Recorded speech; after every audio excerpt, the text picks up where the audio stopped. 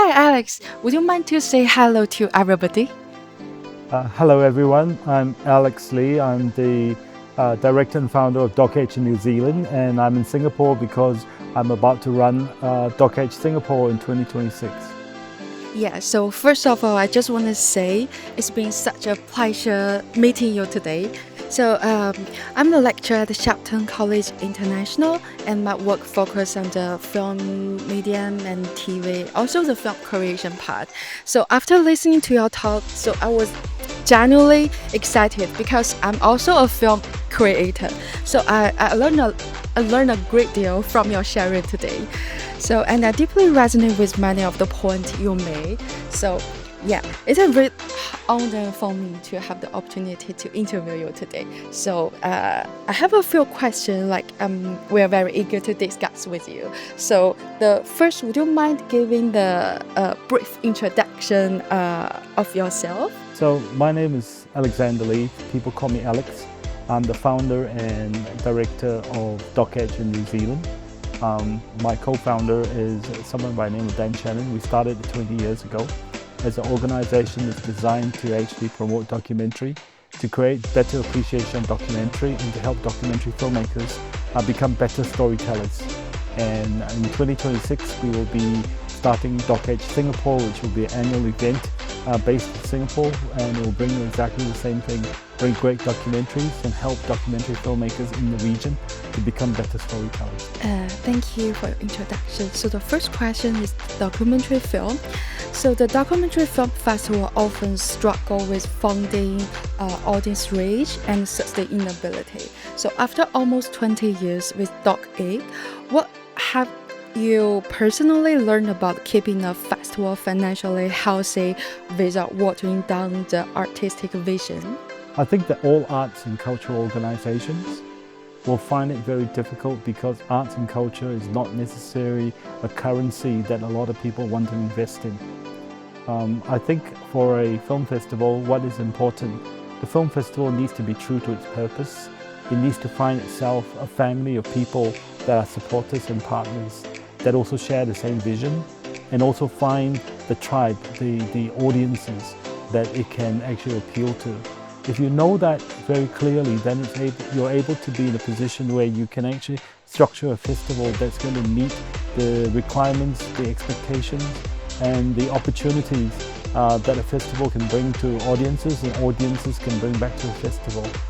At the same time, I think it's really important it's all called scale of economy. You know, at the years you have a lot more money, you can do a bit more. The years you don't have so much money, you figure out which are the most important things to deliver and you try to scale it to that. So how to balance commercial sustainability and social responsibility, artistic value? To balance between trying to be sustainable and being able to meet all the lofty ideas of being a festival that makes a difference is a very tight rope. You have to walk very carefully through that because you cannot jeopardize the festival by making everything so hard for it to achieve its commercial goals and that there are no audiences. So therefore you need to do research into the audiences, and you need to find ways and means of actually finding stories that make a difference. You can have two films, and one film can be a very hard film, and it can be a bit dark, it can make you feel very sad, and you can create a great impact. At the same time, you can tell a film maybe about the same topic, but it could be a film that is about climate change or about people that are struggling, the homeless. But you can find joy in finding those stories as well, because there are people that are championing the stories, there are people that are doing well. So you can either choose to focus on the dark side, or you can focus on the happy side and the sides of stories of people doing things that inspire. So if you are showing a film that is inspirational, you're more likely to get the buy-in of more people than a film that's totally about darkness. So it's actually finding the choices. How do you see the future of documentary filmmaking evolving, especially with the rise of immersive media like VR, AR, interactive storytelling, social media, short form docs? Will DocX adapt to this trend? And for the young filmmakers like us, what should we pay attention to or prepare for as this trend continue? DocX has already been doing this because over the years, the last 10 years ago, we already did work in being able to expose audiences and filmmakers to interactive and immersive storytelling. So we've been teaching people how to use things like virtual reality, augmented reality, talking about interactive websites, installations. We've been doing this. But change is just like impact. Change doesn't happen easily. So you need to be strategic. You need to understand what is coming. You need to find a way in which you can actually propel the aims that you have. For me, it is looking at what we need to do to gain public support. Once we can get public support, what I need to do is to find the people that can deliver the project. So I need to train the people to deliver the projects. And then once you have the projects, you can find people that will help to fund the projects and therefore create opportunities for those projects to be completed. So like DocX has always got what is called our XR exhibition. So we showcase anywhere between 20 to 30 immersive projects every year. Around the world, there are very few festivals that actually have a public festival or platform, or if they do, it's very, very hard to get in to see that. But it's important for people to see it so they can understand where the future of storytelling is. So as a student, and you ask what you could do, I think the most important thing is to recognize that what you are going to deliver, what you're going to make is going to change. You're going to look at audience trends, you need to look at what people are looking for. So, you know, at this point in time, immersive storytelling is starting to grow.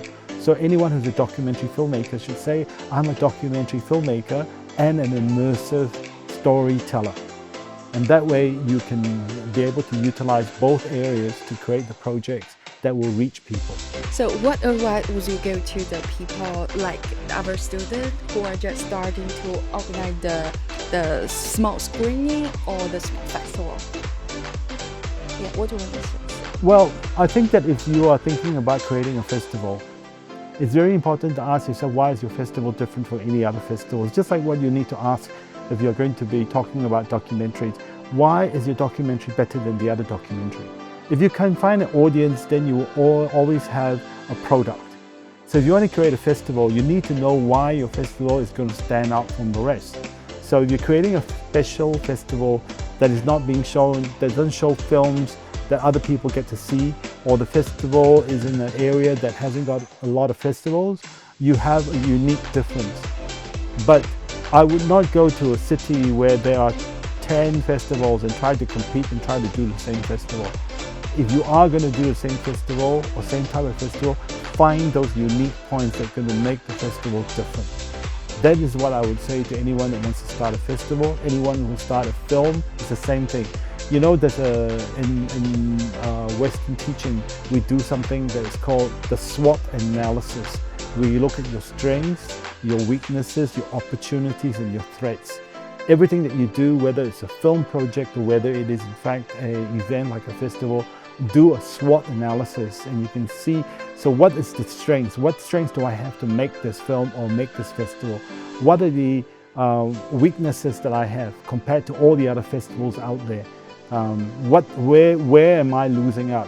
What opportunities are there for this festival? What opportunities can I make that is going to make this festival succeed? And what are the threats against my festival? If you can do that, and you can do it we usually do 4 quadrants, each one in each quadrant. If one quadrant you can see that you are getting bigger and better, then you're on the right track and you can start proceeding. But you need to do research. Thank you. Thank you for your sharing today.